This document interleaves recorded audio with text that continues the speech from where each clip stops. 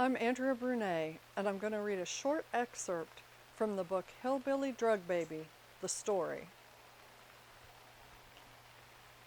Jessie Ray said that when one leaves a gang, one must bury the gun deep in the earth.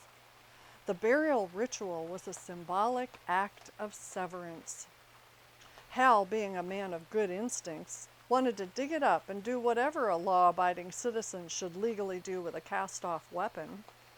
Or at the very least find it and chop it to pieces so it could no longer be employed to do harm.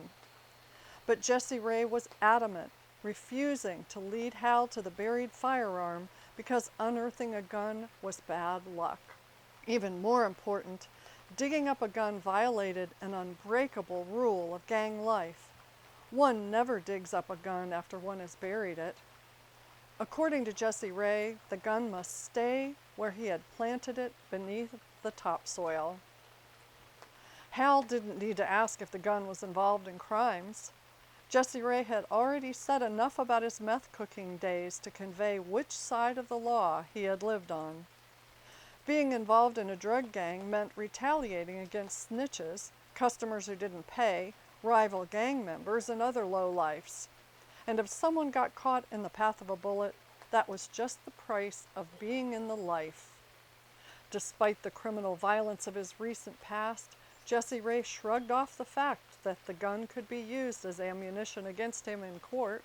He also told Hal that there was one more reason to leave the gun buried. He wanted nothing more to do with it. He didn't want to hurt anyone. He wanted to forget, to leave it all behind. The sun sank, and it was time for them to go. Jessie Ray patted his pants. Somehow the black gang flag had gone missing. For a moment, Jessie Ray thought he might have lost it. He grew frantic, refusing to leave.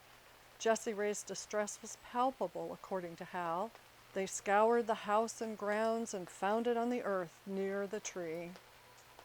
Only when the gang flag was back in his possession did Jessie Ray shake off his agitation. Apparently, some things couldn't be buried or left behind.